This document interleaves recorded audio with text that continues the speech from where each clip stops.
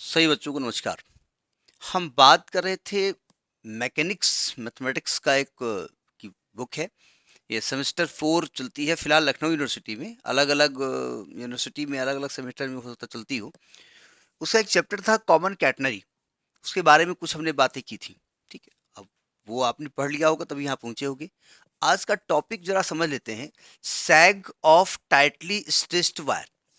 देखिए, common catenary की जो टर्मिनोलॉजी होती है, सैग क्या होता है, ये क्या होता है, इसके बारे में जानकारी आपको है। ठीक है, वो पढ़ के ही आप यहाँ समझिएगा तब समझ में आएगा हम कहना क्या चाहते हैं। ठीक है, रफली मैं एक डायग्राम बना रहा हूँ, बाद में दोबारा बनाऊंगा। हमने बताया था कि कॉमन कैटनरी में क्या होता है कि भाई एक इस प्रकार से वायर लटकाते हैं। ठीक है, तो ये वाली चीज सैग होती है ना, ये चीज ये सैग कहलाती है। यहाँ सैग का मतलब क्या होता है? सैग का वैसे मतलब झोल होता है। हम्म, जैसे जब आप झोला लेते हो ना, तो झोले में लटकपन होता है, इसलिए उसको झोला कहते हैं। अब उसको सैग, वैसे गांव में कहते हैं साग लेने जा रहे हैं, तो वो साग सैग नहीं है, वो अलग चीज है। लेकिन फिलहाल सैग का मतलब यही होता है, झोल। जरा समझने की कोशिश करिएगा। जैसे आप टेलीग्राफ वायर मान लिया, अब टेलीग्राफ वायर तो आप जानते नहीं होंगे क्योंकि आप टेलीफोन तो अब मोबाइल शुरू हो गया है। देखिए, जैसे बिजली का तार मान लेते हैं। बिजली का तार दो पोल्स के बीच में हॉरिजॉन्टली टाइट करके खींच के बांधा गया, ये पूरी लेंथ उसकी होनी चाहिए। लेकिन आपने देखा होगा कि थोड़ा बहुत वो लोच हो जाता है, ऐसे ऐसे लटक जाता है हल्का सा। वही आपका सैग है, सैग बन गया उसमें। ठीक है, तो हमको निकालना क्या है कि अगर मैं टाइट बांध देता 2 मीटर दूर, ऐसे बन जाता। लेकिन वेट की वजह से, चूंकि आप जानते हैं वेट नीचे की ओर एक्ट करता है, और आप उसको टाइट बांधते हॉरिजेंटली, और हॉरिजेंटल फोर्स नीचे के वेट को बैलेंस नहीं कर सकता। ठीक है, तो थोड़ा बहुत लटक हो जाती है। तो अगर 2 मीटर खींचना था तो लटक गया, हमारे 2.1 मीटर ऐसे हो गया। तो कितनी लंबाई बढ़ी उतना ही झोल उसमें आ गया। वही निकालना है आपको। ठीक है, तो पहले डायग्राम बना लेते हैं, उसके बारे में बात कर लेते हैं, फिर आगे मैथमेटिकल इसको एक्सप्लेन किया जाए। देखो, देखिए ये थ्योरी है थोड़ी सी, पहले समझ लीजिए थ्योरी क्या बताई गई है आपको। कह रहा है कि let A and B 2 points in horizontal line. एक हॉरिजेंटल लाइन में हमने 2 पॉइंट ए और बी माने, हमको तार को टाइट करना है ना, तो तार को हॉरिजेंटली टाइट करके खींच के बांधना पड़ेगा ना। और इसके बीच में एक वायर को हम स्ट्रेच करके टाइटली बांध लेते हैं, स्ट्रेच करके। कभी आपके घर में पर्दा पड़ा हो, पर्दे जो पड़ते हैं, तो अब तो रॉड पड़ते हैं, अगर पहले का कोई पर्दा पड़ा हो तो कुछ लोगों के यहाँ धागे में बांधा जाता है ऐसे पर्दा। तो जब मम्मी पर्दा धोती हैं और आपसे कहती है जरा इसको टांग दो, तो आप टांग देते हैं तो धागा थोड़ा सा लोच मारता है, मम्मी कहते हैं और टाइट करो, आप और टाइट करते हैं, पर्दा फिर भी नीचे हल्का लग जाता है, वो धागा थोड़ा सा ऐसे हो जाता है। मम्मी कहते हैं और टाइट करो, और आपने और टाइट किया, धागा टूट जाता है, मम्मी कहेंगे हाँ तोड़ डाला धागा। अरे भाई कौन उनको समझाए भाई, पर्दे का वेट नीचे की तरफ एक्ट कर रहा है, धागे को हॉरिजॉन्टली टाइट करके बांध रहे हैं, वो उसको बैलेंस नहीं कर सकता। ठीक है, तो हमने कहा कि ए बी स्ट्रेट लाइन, इस पे स्ट्रेच करके आपको वायर को बांधना है टाइटली। लेकिन तार तो थोड़ा सा ऐसे झोल मारेगा, सैगिंग होगी इसमें। तो हमने कहा सपोज करिएगा सी जो है, उस जो कैटनरी बनी है, धागा जो है उसका लोवेस्ट पॉइंट है, डब्ल्यू उसका वेट है, और एल उसका लेंथ है। किसका लेंथ है? देखो, हम बांधना तो ए और बी के बीच में चाहते हैं, जिसकी लेंथ को आपने स्मॉल ए माना है ना। लेकिन आपका जो जो तार है, टेलीग्राफ वायर है, जो बिजली का तार है, वो थोड़ा सा हल्का सैगिंग कर देता है। तो ये कैटनरी हो गई एसीबी। ठीक है, और इसका वेट हमने डब्ल्यू माना है, टोटल वेट माना गया है डब्ल्यू। ठीक है, और लोवेस्ट पॉइंट पे टेंशन टी नॉट है, और ए पॉइंट पे टेंशन टी है, और ए का कोऑर्डिनेट हमने मान लिया है एक्स कामा वाई। हमने यहाँ पर एक्स कामा वाई माना है। तो ये डायग्राम के बारे में समझ में आ गया। ये तो डायग्राम बना गया। ठीक है, आपको निकालना क्या है? सैगिंग। सैगिंग क्या हुई? तार को टाइट करके ए बी के बीच में बांधना था, यानी ए डिस्टेंस में बांधना था, लेकिन तार ऐसे आके लटक गया, लेंथ थोड़ी बढ़ गई होगी, सिंपल सी बात, हल्की सी बड़ी होगी। तो आपको इस वाली लेंथ में ये वाली चीज माइनस कर देंगे, कितना इंक्रीज हुआ है लेंथ, वही उसकी सैगिंग है, वही आपको निकालना है। ठीक है, तो ये डायग्राम इसको नोट कर लीजिए, फिर आगे बात करें। देखिए, अब हमने कहा कि मान लीजिए कि भाई ये वायर तो बांध दिया, मान क्या लीजिए अब तो बंध ही गया है ना। हमने कहा टोटल वेट हमने वायर का क्या माना था? डब्ल्यू। ये आधा वायर इधर लगा हुआ है, तो हमने कहा जो एसी है ना, वेट ऑफ वायर एसी, वो W/2 है। कहाँ पर एक्ट करेगा? वो एसी के मिड पॉइंट पे एक्ट करेगा, W/2 जी पॉइंट पे। और जी की दूरी जो एसी की कितनी होगी? L/4। भाई टोटल आपने लेंथ एल मानी है, यहां से यहां तक आधा वायर, यहां से यहां तक आधा वायर, और यहां से फिर आधा वायर, तो आधे का आधा 1/4, तो ये L/4 हो जाएगी। यहां तक थ्योरी समझ में आ गई? ये सैग ये भी कहलाता है सी डी, इसको हमने के मान लिया है, जो सी डी है उसको हमने के मान लिया है। तो डायग्राम तो क्लियर हो गया, डायग्राम के बारे में हमने लिखवा दिया। अब मैथमेटिकली बात करते हैं। अब देखो, चूंकि हमको टेंशन से मतलब है, इसकी लेंथ से मतलब है, स्पैन से मतलब है, तो आपको कहीं टेंशन को इंट्रोड्यूस करना पड़ेगा ना। तो हम किसी एक पॉइंट के रेस्पेक्ट में इसका मोमेंट ले लेते हैं। ये इक्विलिब्रियम में है, तो इक्विलिब्रियम में अगर कोई कंडीशन होती है तो clockwise moment is equal to anti clockwise moment, ये होता है, आप जानते हैं, ठीक है। तो आप किसी एक पॉइंट के रेस्पेक्ट में मोमेंट ले लीजिएगा। जो मोमेंट लेने का हमारा फंडा ये होता है कि हम उस पॉइंट को चूज करते हैं जहां पर कम से कम एक फोर्स एक्ट कर रहा हो। फायदा क्या होता है, अगर ए पॉइंट पे कोई फोर्स एक्ट कर रहा है और ए पॉइंट के रेस्पेक्ट में ही मोमेंट लोगे, तो वो फोर्स चूंकि ए से पास हो रहा है इसलिए उसका मोमेंट जीरो हो जाएगा। तो हमने कहा ऐसा करते हैं, ए पॉइंट से टेंशन टी एफ पास हो रहा है, तो ए पॉइंट के रेस्पेक्ट में मोमेंट ले लेते हैं। ले लीजिए, taking moment with respect to E, taking moment with respect to A. तो या तो आप algebraic sum of the moment zero करिए, या clockwise moment is equal to anti clockwise moment करिए। तो हम clockwise is equal to anti clockwise करते हैं। जरा सावधान देखो, यहां पर तीन फोर्स दिख रहे हैं, एक टी नॉट लोएस्ट पॉइंट का टेंशन, एक W/2 और एक ये टी। तो टी तो ऑलरेडी ए से होकर पास हो रहा है, उसका मोमेंट तो काम खत्म हो गया, जीरो हो गया। अब जरा टी नॉट देखिए, अगर मैं सब फोर्सेस को छोड़ दूं और आपसे कहूं अगर केवल टी नॉट एक्ट कर रहा होता, तो ये वायर का मूवमेंट ए के रेस्पेक्ट में किस डायरेक्शन में होता है? तो आप कहेंगे टी इधर खींच रहा है तो ये वायर ऐसे घूमता। ये कौन सा वाइज है? ये क्लॉकवाइज है, ठीक है। तो यानी कि ये क्लॉकवाइज वाला मूवमेंट हो गया। तो फॉर्मूला क्या होता है, टी नॉट इंटू डिस्टेंस कौन सी ली जाती है, कोई एक फोर्स और जिस पॉइंट से आप मोमेंट लेते हैं उसके रेस्पेक्ट में उसकी परपेंडिकुलर डिस्टेंस। थोड़ा ध्यान से देखिए आप, ये टी नॉट की लाइन ऑफ एक्शन है, ये टी नॉट की लाइन ऑफ एक्शन है, तो परपेंडिकुलर डिस्टेंस ये वाली हो जाएगी ना यहाँ से। अगर मैं ये टी नॉट को ऐसे बढ़ा देता, ऐसे डायग्राम में बड़ा गंदा हो जाएगा, अगर टी नॉट को ऐसे मैं बढ़ा दूं तो ये डिस्टेंस हो गई परपेंडिकुलर, जो ये वाली डिस्टेंस है, तो के ही तो रहेगी ना। तो टी नॉट इंटू के बराबर, अच्छा दूसरा फोर्स जरा देखें W/2, ये क्लॉकवाइज है एंटी क्लॉकवाइज, क्योंकि clockwise is equal to anti clockwise करना है ना। अगर केवल W/2 एक्ट कर रहा होता और तार बी से कट जाता तो ऐसे गिरता तार, ऐसे गिरता ना, यानी इस प्रकार से मूव करेगा, यानी कि क्लॉक एंटी क्लॉकवाइज मूव करेगा। तो फोर्स क्या हो गया, W/2 इंटू, अब W/2 की दूरी वहां से कितनी है, L/4, ये यहां से दूरी कितनी होगी, L/4। अब आप कहेंगे बात, दूरी तो परपेंडिकुलर होती है, कोई दिक्कत नहीं। देखिए, अगर मैं इस W/2 को ऐसे खींच दूं तो G is very very close to here, तो ये L/4 ही तो होगी ना। एक्चुअली टोटल वायर ये है नहीं वो वायर, लेकिन अप्रॉक्सीमेट हम मान लेते हैं। तो ये पूरा अगर L वायर था, अगर हम टाइट करके बांध दिए होते, सैगिंग ना हुई होती, तो ये आधा L/2 होता और वो आधे का आधा L/4 हो जाता। तो ये L/4 हो जाएगा ना। तो यहाँ से टी नॉट की वैल्यू क्या निकलेगी, टी नॉट की वैल्यू निकलेगी आपकी Lw/8K। ये आपका टी नॉट की वैल्यू आई है। इसको एक क्वेश्चन नंबर 1 डाल दीजिएगा, ठीक है। यहां तक पहुंचिए आप पहले। अब जरा इस जो कि कैटनरी है, इसका आप कार्टेशियन इक्वेशन लिखिए। तो आप लिखेंगे वी नो दैट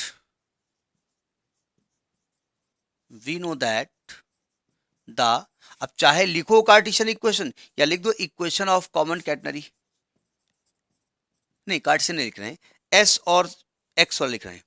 क्योंकि कैटनरी की लंबाई ये मालूम है एस और ये कोऑर्डिनेट एक्स है, तो हमने पढ़ा है s is equal to c sine hyperbolic x upon c, s is equal to c sine hyperbolic x upon c. अब ये वैल्यू निकालिए इसकी। तो साइन हाइपरबोलिक एक्स आपने पढ़ा होगा पिछले क्लासेस में, साइन हाइपरबोलिक एक्स की वैल्यू क्या पढ़ी है, cos hyperbolic x and sine hyperbolic x. तो इसकी वैल्यू पढ़ी आपने e to power x minus e to power minus x by 2, ये पढ़ा है आपने।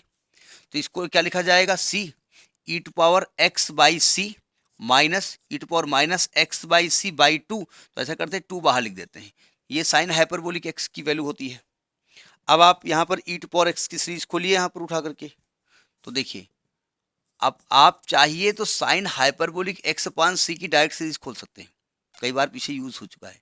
लेकिन हमको अगर नहीं मालूम है तो ई टू पावर एक्स की सीरीज हमने बचपन में पढ़ी है, 1 plus x square upon factorial 2 plus x cube upon factorial 3 plus so on.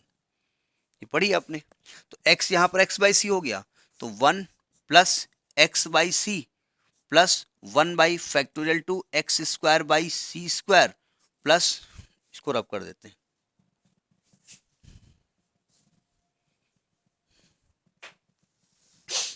1 by factorial 3 x cube by c cube plus so on up to infinity. सावधान, माइनस लगा। अब देखो e to power minus x by c को जब खोलेंगे तो series तो वही आएगी, लेकिन जहां पर इवन पावर होगी वो टर्म पॉजिटिव हो जाएगा, जहां पर ऑड पावर होगी वो टर्म नेगेटिव रहेगा। क्योंकि हमारा लगा हुआ है तो ये हो जाएगा 1, ये माइनस आएगा एक्स बाई सी, ये प्लस आएगा 1 upon factorial 2 x square by c square, ये माइनस आएगा 1 upon factorial 3 x cube by c cube plus so on up to infinity. ठीक, अब जब ब्रैकेट खोलेंगे आप तो सावधान, ये माइनस भाई साहब अंदर जाएंगे तो इसके साइन को चेंज करेंगे आप। ठीक, अब थोड़ा डायरेक्ट हम करते हैं, नोट करिए यहाँ तक। अब देखो ध्यान से, बाहर c बाई 2 है, लिखा रहने दो, सावधान। जब आप ब्रैकेट खोलोगे, मैं डायरेक्ट कर रहा हूँ, ये 1 है और ये -1 है, तो 1 1 कट जाएगा। ये x अपान सी है, ये minus minus plus x upon सी, तो x अपान सी 2 टाइम्स आएगा। तो 2 ऐसा करते हैं, यहाँ से कॉमन ले लेते हैं, तो यहाँ पर x अपान सी लिख दें, यहाँ पर एक्स स्क्वायर अपान सी स्क्वायर फैक्टोरियल 2 अपान में है, और ये माइनस का होगा तो कट जाएगा। यहाँ पर 1 upon factorial 3 x cube upon c cube है, और ये जब माइनस जाएगा तो ये भी प्लस हो जाएगा, 2 टाइम्स आएगा, 2 कॉमन ले लिया है, तो plus 1 upon factorial 3 x cube upon c cube, फिर प्लस आएगा 1 अपान फैक्टोरियल 5 आएगा, x power 5 upon factorial c to power 5 आएगा। इस प्रकार से आगे सीरीज बढ़ती जाएगी। ठीक है, अब ये आपका एक क्वेश्चन आया है। ठीक, अब प्रॉब्लम ये है कि सीरीज इनफाइनाइट तक जा रही है, हमको अप्रोक्सीमेशन करना पड़ेगा। तो हमने अप्रोक्सीमेशन में पढ़ा है व्हेन x इज लार्ज, तब अप्रोक्सीमेशन क्या होगा, इसका पहला वीडियो पढ़ा हुआ है, व्हेन c इज लार्ज। तो हम किसको लार्ज मानेंगे, एक तो बुक में देख लेंगे, ओ ये लार्ज है, इस हिसाब से लिख दीजिएगा। अब देखो यहाँ लार्ज किसको माना जाए, सावधान। तो यहाँ पर एक फंडा लगाया गया है कि हम जानते हैं, वी नो दैट, वो फंडा क्यों लगाया गया, इसको क्वेश्चन 2 डाल दो। फंडा इसलिए लगाया गया है, हम यहाँ ये देखना चाहते हैं कि इसमें लार्ज कौन है, क्योंकि जो लार्ज होगा उसको हम लिखेंगे। ठीक है, अगर वो वैल्यू छोटी होती आएगी उसको नेग्लेक्ट कर देंगे। ठीक है, तो आप लिखेंगे वी नो दैट, ये जानबूझ के किया गया, केवल सी इज लार्ज। आप चाहो तो ये ना करें, ये भी आप छोड़ सकते हैं, लेकिन रीजन क्या वो हम बता रहे हैं। वी नो दैट, हम जानते हैं रेडियस ऑफ कर्वेचर जो होता है, रेडियस ऑफ कर्वेचर, क्योंकि कर्व है एक तरीके से, rho is equal to c sec square psi, ये हमने पढ़ा है, ये रेडियस ऑफ कर्वेचर का फार्मूला होता है, सी सेक स्क्वायर साई। ठीक है, अच्छा, अगर हम वर्टेक्स पे जाएंगे, वर्टेक्स पर साई 0 हो जाता है। भाई साई का मतलब क्या होता है, कोई भी टेंजेंट एक्स एक्सिस से जो एंगल बनाएगी, जब वर्टेक्स पे जाओगे तो tangent parallel to x axis हो जाएगी। तो अगर हम बात करें एट वर्टेक्स साई 0 हो जाता है, तो रो की वैल्यू क्या हो जाएगी, सी, और सेक साई की वैल्यू 0 हो जाती है। अब जरा सावधान, सॉरी, सेक साई की वैल्यू सेक 0 1 होता है। सावधान, देखो जब एक कैटनरी आप बनाओगे, जब वर्टेक्स पे जाओगे तो वर्टेक्स पे थोड़ा फ्लैट हो जाती है। कोई भी कर्व अगर बहुत मुड़ा हुआ है तो उसका रेडियस कम होगा, अगर उसको फ्लैट करते जाओगे रेडियस बढ़ता जाता है, जितना फ्लैट करोगे उतना रेडियस बढ़ेगा। ठीक है, तो यहाँ पर कैटनरी ज्यादा स्ट्रेट ऐसे फ्लैट हो जाती है, तो यहाँ पर रो मैक्सिमम होता है, रेडियस ऑफ कर्वेचर मैक्सिमम होता है। तो अगर रेडियस ऑफ कर्वेचर मैक्सिमम होगा कहाँ पर, वर्टेक्स सी पर, कौन सा वर्टेक्स पे, वर्टेक्स सी पर, तो सी भी वहां मैक्सिमम होगा। सी बोले तो ये वाली डिस्टेंस, तो आप लिखेंगे at vertex rho is maximum, so c is also maximum. C बोले तो ये इस पॉइंट से ये दूरी सी कहलाती है, ये डायरेक्ट्रिक्स कैटनरी में इसका नाम रखा गया, वैसे तो एक्स एक्सिस है, तो यानी कि सी मैक्सिमम हो गया। अब सी मैक्सिमम हो जाएगा तो एक्स अपान सी में अगर सी बढ़ाते जाओगे, डिनोमिनेटर बढ़ता जाएगा, तो एक्स अपान सी की वैल्यू कम होती जाएगी, तो एक्स अपान सी की जो हायर पावर होगी वो नेग्लेक्ट करेंगे। सो नेग्लेक्टिंग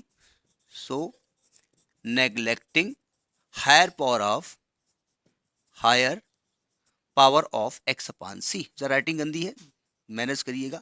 अब देखो, अब हायर पावर में कहाँ से कहाँ तक नेगलेक्ट करें?